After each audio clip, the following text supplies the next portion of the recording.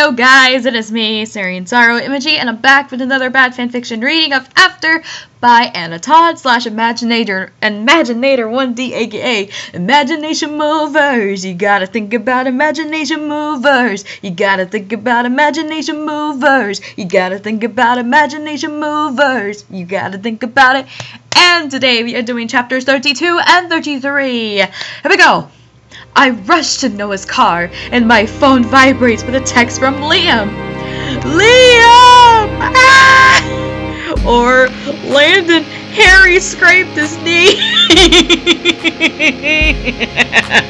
Oh my god. Oh, Tessa, if you're gonna cheat, learn how to do it. Only this girl thinks of taking her boyfriend's car to go see basically her side man. And she's in the ugly skirt. Sorry, that ugly skirt. That will never do, honey boo boo. 2875 Cornell Road. The text reads, I type the address into my phone navigation and pull out of the parking lot. It says I will arrive in 15 minutes. What could be going on there that Liam could possibly need me to come here? To come there. Harry and I aren't even on speaking terms. I wish y'all weren't still. I hope Harry is okay and not hurt. Once again, I wish you'd never associated with herself with him, but story's got a story. I couldn't make out what the crashing noise was. Maybe he fell. Maybe he's trying to pretend roller skate, and then he fell, and then crashed into some stuff, and you know he was trying to do it for Vine or something. It sounded like something breaking. I know. I am still as confused when I arrive at the address that I was when I left my room.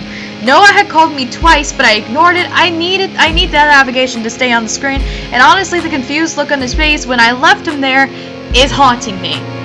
Yeah, because you cheated on him, girl. Come on, you freaking cheated on him. Poor Noah. How could you do that to him?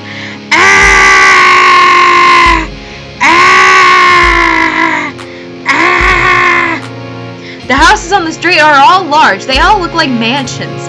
This house in particular is at least 3 times larger than my mom's house. It's like an old-fashioned looking brick house mansion to me, and the yard is sloped, making it appear to be sitting on a hill. Even under the street lights, it is beautiful. It must be Harry's father's house. That is the only conclusion I can come to why Liam would be here as well. I take a deep breath and walk down the steps of the sidewalk. Walk up the steps of the sidewalk. When I get to the door, I knock hard on the door, mailing in the door, and it opens within seconds. Ah! Oh boy. Tessa, thank you for coming. I know you have company. Is Noah with you? Liam asks and gestures for me to come inside. No, he's at the door. He's back at the dorms. What's going on? Where's Harry? Away from you, I hope. Oh my god. Barry the platypus. What? At the dorms would be nice. He is without his car in the park somewhere. He doesn't know, and I doubt that he has keys for the dorm. You left him at the park. Nah, she left him at the playground. She left him at the playground. Yo, oh my goodness. He's in the backyard. He's out of control. He sighs. Ah! And I am here because I asked nicely as I can. What does Harry being out of control have to do with me? I know, why call him? I don't know. I know you hate him, but he is drunk, completely belligerent. He showed up here and opened a bottle of his father's scotch. You want a shot of whiskey, scotch, vodka, anything? What? He drank over half the bottle. Congrats for underage drinking. Yay! Yay! So much fun. And then he started breaking things. All my mother's dishes, a glass cabinet, basically everything he could get his hands on. What the actual beep? What Screw this jism out, no. Screw this jism out, no thanks. Screw this jism out, Screw this jism out, no thanks. Not that I have an issue with Tessa helping, but why not call the police or his father? Just saying a freshman girl who puts in the pretense of not even liking him wouldn't be the first person I think I'd ask help of. I know, right? Just call the cops. Just call the cops. Please, just call the freaking cops. What? Why? Harry told me he doesn't drink. His dad just told him that he and my mother are getting married. He tells me as if that explains it. Okay, so Harry doesn't want them to get married? I am so confused. Liam leads me through the large kitchen and I gasp as I take in the huge mess Harry had made. There are broken dishes scattered across the floor and a large wooden cabinet knocked onto its side with glass panels missing and broken. Oh! Ah! Yo, he should be in jail! Come on, just... No! Yeah, this is something you really have to call the cops. Like, come on. Someone needs to call the cops. Please, just call the cops. No, it's a long story. Right after his dad told him they left town for the weekend, thank God they aren't here, but I think that's what Harry came here to confront his dad. He never comes here. He explains and opens the back door. I see a shadow sitting at a small table on the patio. Harry. Oh no! Ah! Harry Potter. No! Harold Harden. Because it still sounds like hard on. Oh. He leans. I don't know what you think I can do, but I will try.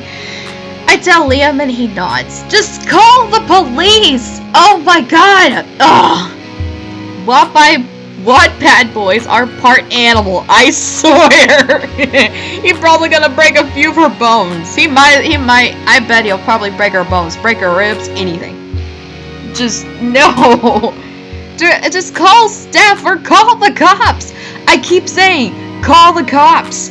Why does she have to show up? Why is it her responsibility? I don't understand.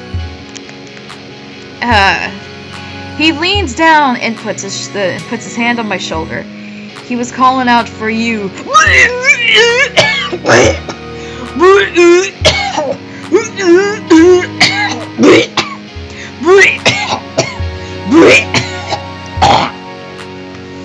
He tells me quietly, and my heart stops.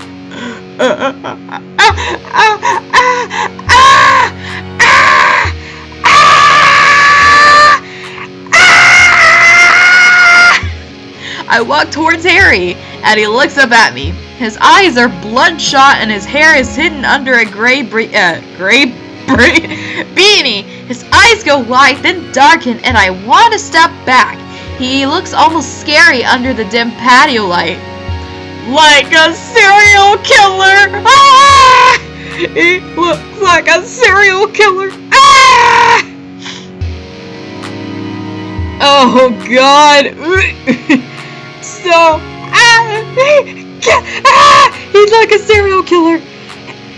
How did you get here? Harry raises his voice and stands up. Liam, I answer and wish I wouldn't have told him. You effing called her? He yells towards Liam and Liam walks back inside, ignoring Harry. Ah! Oh no! Liam is just like, I'm out of here. Like, he's just like, no, Bobo. You leave him alone, Harry. He is worried about you, I scold him. And he sits back down, gesturing for me to take a seat. I sit across from him and watch as he grabs the nearly empty bottle of dark liquor and puts it in his mouth. I watch his Adam's apple move as he gulps it down. When he has finished, the bottle slams down into the glass of the patio table, and it makes me jump. I am just glad it didn't break.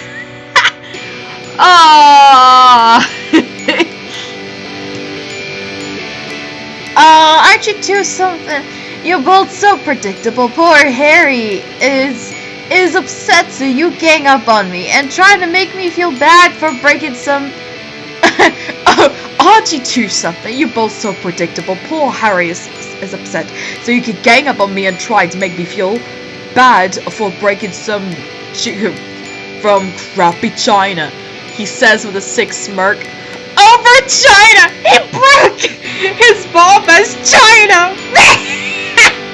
He wanted the China to be Japan too! Karen, can I speak to the manager? Oh my god, this is too good. I thought you don't drink? I ask him and cross my arms. I don't. Until now, I guess. Now don't try to patronize me. You're no better than me. He snaps and takes another swig. Then she needs to leave. I can't deny that being near him, even in his drunken state, breathes life into me. Ew! I miss the feeling Harry gives me. Ew! You missed him making you feel stressed, angry, and worthless? Just... no! Like, you love him just because he's a drunken mess? You got issues, alright? And you almost got sexually assaulted by a dude who was drunk. Like, this situation will be any better. It won't. Christ. I never said I was better than you. What makes you drink now? Why is it matter to you? Where's your boyfriend? His eyes blaze into mine, and the emotion behind them is so strong that I am forced to look away. If only I knew what the emotion was. Hatred, I supposed. He is back in my room. I just wanted to help you, Harry. I lean a little over the table to reach for his hand, but Harry recoils from my touch. Maybe you need to get out of there. Just get back home. Leave. Go back. Go back. Be with Noah. Just get out of here. Just, no. You never tell him that you want to help. Sorry. No. Help me? He laughs. I want to ask him why he was calling out for me, if he is going to continue to be hateful, but I don't want to throw Liam under the bus again. If you want to help me, then leave. Okay. At least you have something. She needs to get out of there, go back and hang out with Noah. And yeah, sorry Liam, but we ain't here for that shiz. Why won't you just tell me what happened to make you break all their stuff? I look down at my hands and pick at my fingernails. He sighs and pulls his beanie off and runs his hand through his hair before pulling it back on. My father decided just now, tell me that he is marrying Karen. Karen! Can I speak to the manager? And the wedding is next month! He shouldn't have told me a long time ago. I am sure perfect little Liam knows. Oh, I hadn't actually expected him to tell me that. I am not sure what to say. I'm sure he had a good reason not to tell you. You don't know about him. He doesn't give a jizz about me. You know how many times I've talked about him in the last year? Maybe 10. All he cares about is his big house, his new soon-to-be wife, and his perfect son. Harry slurs and takes another drink. I stay quiet. You should see the dump that my mum lives in England. She says she likes it there, but I'm sure she doesn't. It is smaller than my dad's bedroom. My mum practically forced me to come here for university to be close to him. And we see how that worked out. He takes another drink. With this a little bit of information you've given me, I feel like I can understand him so much better. His father left him, then his mother in England came here for some reason, and now he is marrying another woman. Harry must be hurt. That is why he is the way he is. But you know what you should do, Tessa? Get out of there and go back with Noah. Because you just left him in your dorm, completely alone, and you just left his keys. How old were you when he left? I asked him, and he eyes me warily, but answers 10. But even before he left, he was never around. He was at a different bar every night. Now he's Mr. Perfect, and he has all this cheese, Harry says, and waves his hand towards the house. Harry's dad left him when he was just 10, just like mine, and they were both drunks. We have more in common than I thought. But that doesn't justify anything. This wounded and drunk Harry seems so much younger, so much more fragile. When they love to get drunk easily, daddy issues. Oh. Plot twist, he's your brother. Yeah. Yeah, let's not. I am sorry that I left you, but... No, I don't need your pity. Ooh, he interrupts. I'm not pitying you. I'm just trying to what? He cuts me off again. Help you. Be here for you. I tell him and he smiles. It is a beautifully haunting smile, and I know what is about to happen. You are so pathetic. Don't you just see I don't want you here? I don't want you to be here for me. Just because I messed around with you doesn't mean I want anything to do with you. Yeah, here you are, leaving your boyfriend who can actually stand to be around you to come here and try to help me. That, Teresa, is a definition of pathetic. Oh, please!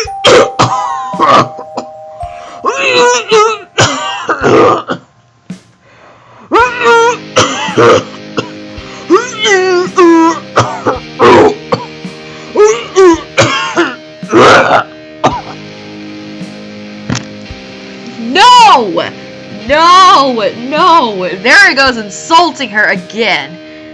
Why? That's the moment. She needs to just leave. Get out. Just get out of there, man. Girl, get out. He says using air quotes. Air quotes. His voice is full of venom, just like I knew it would be. This is so troubling. Oh my god, this adult hissy fit thing, but good god. That is the definition of pathetic. No. Just, no. You don't mean that. I ignore the pain in my chest as I look at him. I think back to a week ago when he was just laughing and tossing me into the water. I can't decide if he's a great actor or a great liar. I don't even know, but that's both. He's both. Both. Just seriously. It's easily both. Come on. I do know.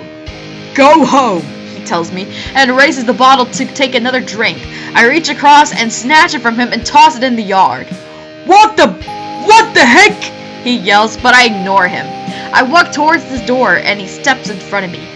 Where are you going? I'm going to help Liam clean up the mess you made, and then I'm going to leave. My voice comes out much calmer than I feel. Why would you help him? The disgust in his voice is clear when he says him. Because he, unlike you, deserves for someone to help him, I say, and his face falls. It shouldn't have to fall on you to pick up the mess, Tessa. I should be saying much more to Harry. I should scream at him for the hurtful things he just said to me. But I know that is what he wants. This is what he wants. He hurts everyone near him and he gets a kick out of it. So why are you here in this very place? Come on. Nah, everyone deserves help. Just come on. Yeah. Just, oh my god. He's just scared that he'll hurt you. More like, you need to get out of here. Girl, you need to get out. Because this is not healthy. You need to get out. Oh my god. He steps out of my way and I go inside. Liam is crouched over picking up the cabinet and Harry stayed inside. Where's the broom? I ask and Liam looks up at me with a smile. Right over there, he motions, and I find it.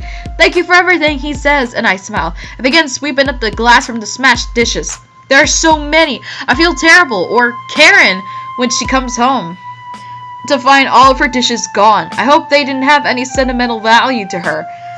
Ouch! I gasp as a small piece of glass digs into my finger. Droplets of blood fall onto the wooden floor, and I jump to reach the sink. Ah! Oh my god! Oh my! Someone hold back Jasper! Oh! Twilight flashbacks! Does anybody remember that scene? How the heck did this happen? Anatol needs to retake 9th grade English class because this here's some cheese. It's bad. It's real bad.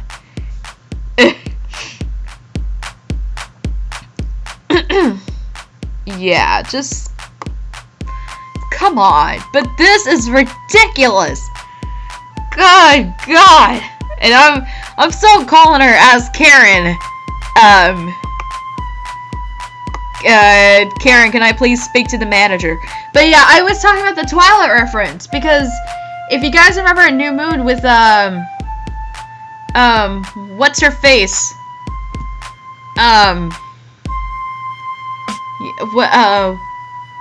When Bella is opening her gift, and then she gets herself a paper cut, and then Jasper and then everything goes down from there. Yeah, I remember that pretty well. Are you okay? Liam asks, and I nod. Yeah, it's just a little piece. I don't know why there's so much blood. I tell him, it really doesn't hurt that bad. I close my eyes as the cold water runs over my finger and I hear the back door open. I snap my eyes open to see Harry standing in the doorway. Tessa, can I talk to you, please? He asks. I know I should say no, but something about the redness around his eyes make me nod. His eyes look to my hand and then the blood on the floor. Oh, Jesus! But no, I hope she really should have just said no and said, screw this Chisholm Mountain, screw this Chisholm Mountain, no thanks. Screw this Chisholm Mountain, screw this Chisholm Mountain, no thanks. Are you okay? What happened? He says and walks towards me. It's nothing, it's just a little glass, I tell him. He was just calling me pathetic. Now he is acting concerned about my health. What the heck? I don't understand you. He is going to make me crazy, literally crazy, as in locked in a padded room. Then get away from him! Leave him! He reaches for my hand and pulls it out from under the water. Even when he touches my arm, I feel the electricity. Ew! He frowns and lets go, walking over to the cabinet. Oh my God, no!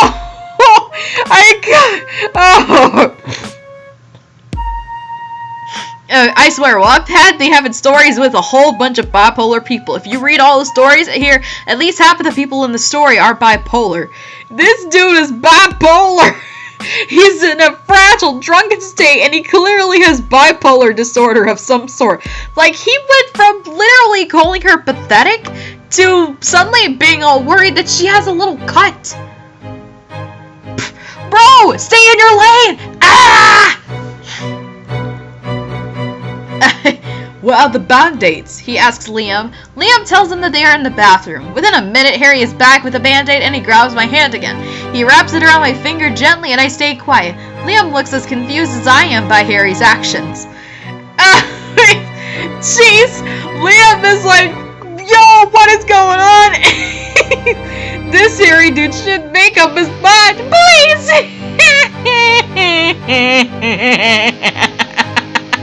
Jeez. Can I talk to you again, please? He asks again. Yeah, I guess, I answer. I know I shouldn't, but when do I do what I should when Harry is involved? He wraps his hand around my wrist, and then leads me outside. Uh-oh. You don't learn, girl. Tessa, we love a toxic bipolar relationship. Yay! Oh my God, oh no. Just flick your wrist. Alright, so now we're going on to chapter 33. Okay, as we reach the table, Harry lets go of my wrist and pulls out the chair from me to sit down. I feel like my wrist is literally burning from his touch. Yeah, not the good burn. I rub my fingers over it and he grabs the chair next to me and scoots it across the concrete to sit in directly in front of me. His chair is so close that his knees are almost touching mine. Ew!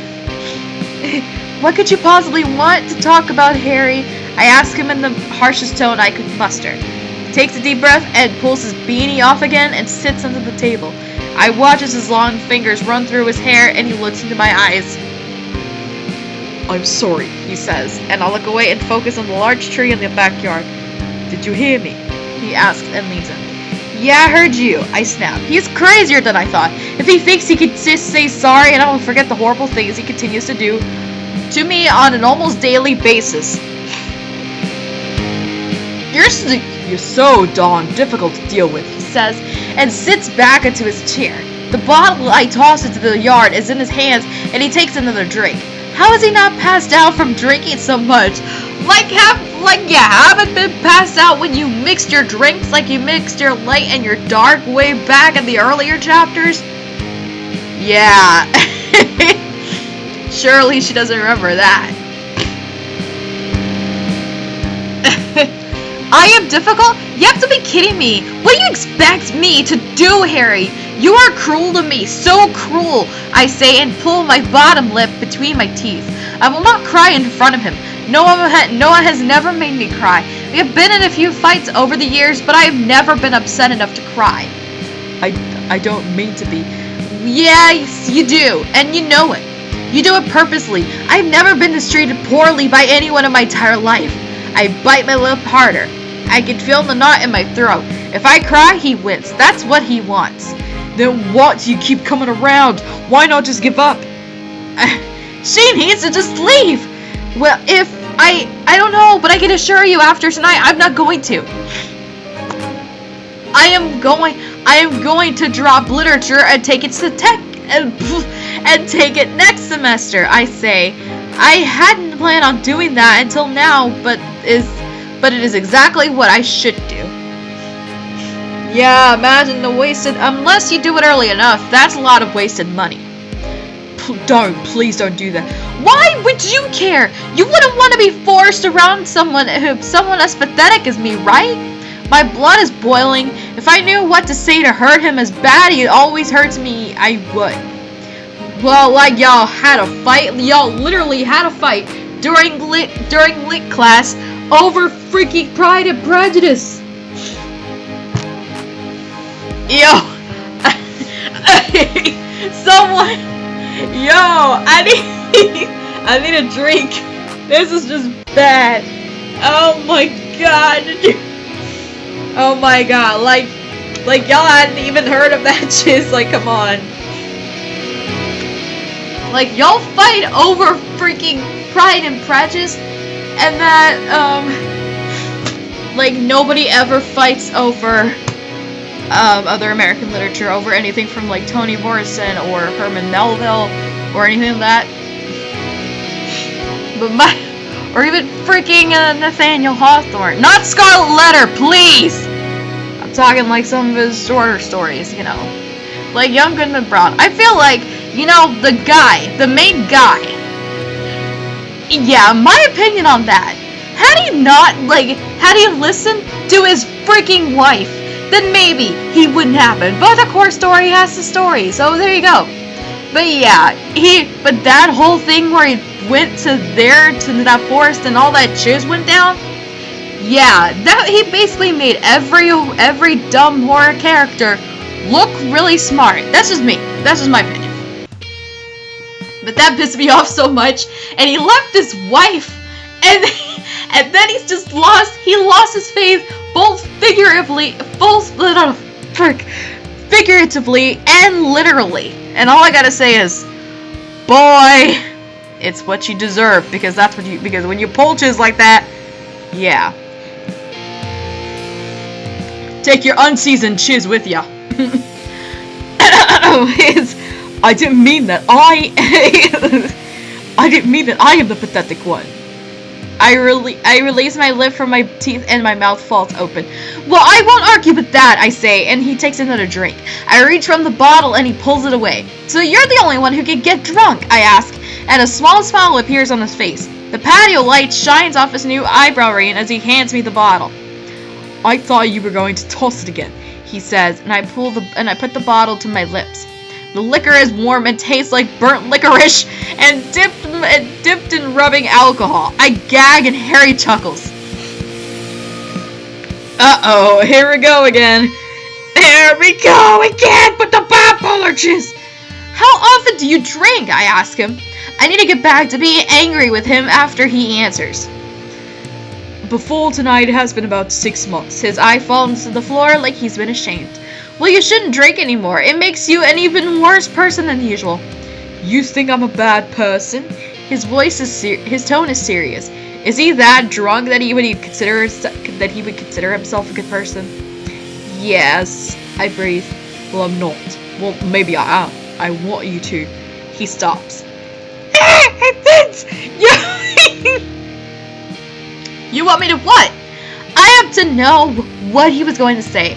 I hand him back the bottle and he sits down on the table. I don't want to drink it. That one drink was bad enough and I already have terrible judgment around Harry as it is.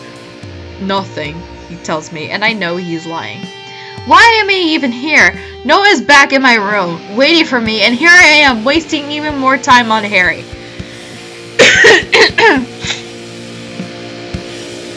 I should go, I say, and stand up. Don't go. My feet stop in their tracks as the pleading tone in his voice. I turn around, and he is less than a foot above from me. Why not? Do you have more insults to throw him in my face? I shout and turn away from him. I feel his hand wrap around my arm and he jerks me back. Come on. You know, just tell him that hey, I'm trying to, you know, my friend and I are talking about something, and I have to be back on campus, so I need to take care of that. Yeah. He's literally like controlling her on like who she should hang out with and that. I won't be surprised if it gets to the point to where he basically makes her lose all of her friends, lose contact with just about everyone to be with him. Like, that's not healthy. I've seen this stuff. Like, Bella gave up everything to be with Edward. It's like, don't turn your back on me! He shouts even louder than I did. No! No, I want to throw up!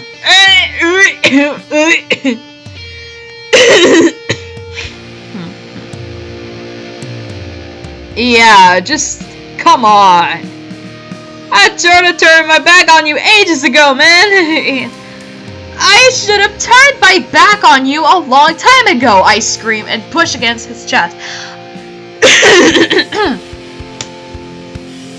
I don't know why I'm even here. I came all this way here the second Liam called me. I left my boyfriend who, like you said, is the only one who can stand to be around me, to come here for you. You know what? You're right, Harry. I am pathetic. I am pathetic for coming here. I am pathetic for even trying. I am cut off by his lips against mine.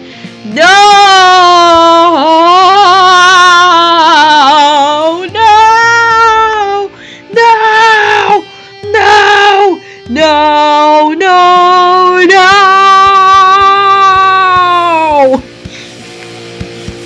I push at his chest to stop him, but he doesn't budge. Every part of me wants to kiss him back, but I stop myself. I feel his tongue trying to pry its way in between my lips, and he wraps his arms around me, pulling me closer to him, despite me continuing to push against him. It's no use. He is stronger than me. Kiss me, Tessa, he says against my lips. I shake my head and he grunts in frustration. Please, just kiss me. I need you. His voice unravels me. This indecent, drunk, and terrible man just said he needs me, and somehow it sounds like poetry to my ears. Yeah, like really bad poetry. Harry is like a drug to me. Drugs are bad for you. Harry is bad for you. Hardin is bad for you. Even if I take the tiniest bit of him, I crave more and more. He consumes my thoughts and invades my dreams, and that's not good. Cause your love is my drug. And your love is my drug. This is toxic. This is toxic.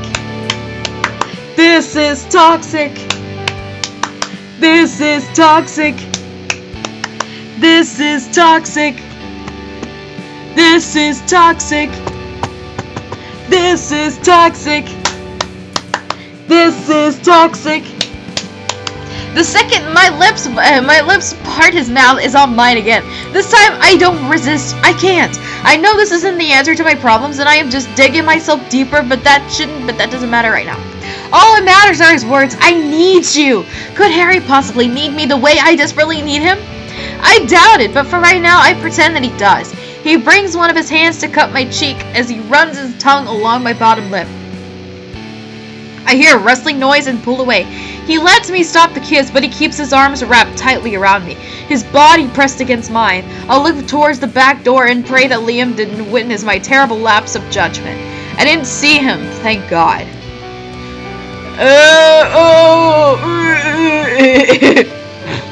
Noah in the room, singing, "Wrecking ball! I came in like a wrecking ball!" Oh, okay, somebody just said, I have a new game. Take a shot every time she's done with Harry. No, we're not going to be getting alcohol poisoning. And Harry's be like, no, I need my liver. I'm not here to get liver cirrhosis, y'all. I am the... Harry, I really have to go. We can't keep doing this. It's not good for either of us, I tell him and look down. Yes, we can, he says, and lifts my chin up, forcing me to look into his green eyes.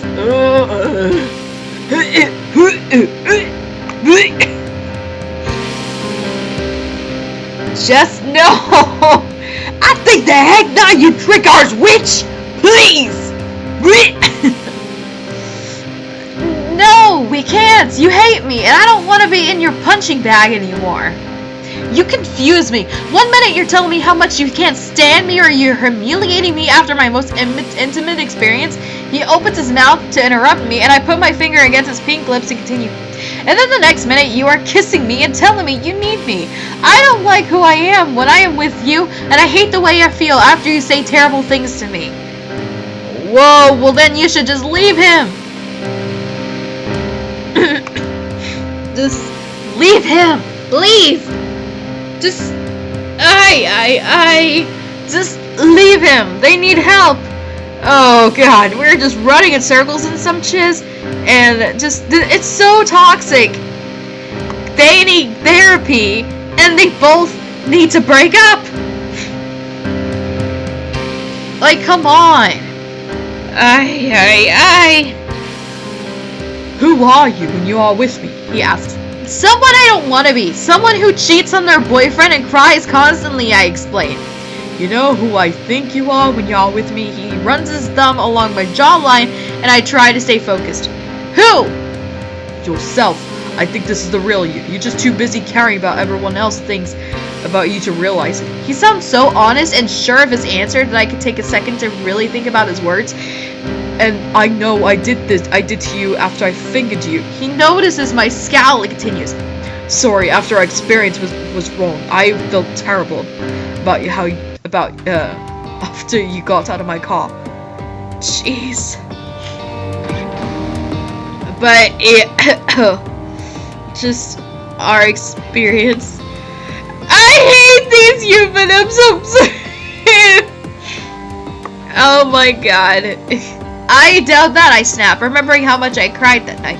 It's true, I swear. I know you think I'm a bad person, but you make me. Why does he always stop? Finish that sentence or I am leaving, I tell him and mean it. No, you make me want to be good for you. I want to be good for you, Tess. What the? No, it should never be the girl's job to make the boy fix himself. This is not hot or sexy. This is gross and toxic and disgusting. And if you guys need vomit bags, please take them all necessarily, please. Ew. Ew, ew, ew. Ew, ew, ew. That was just so gross. Anyways, the next chapter. We're going into chapters 34 and 35. I hope you guys enjoy that. And I will see you guys next time. Bye, guys.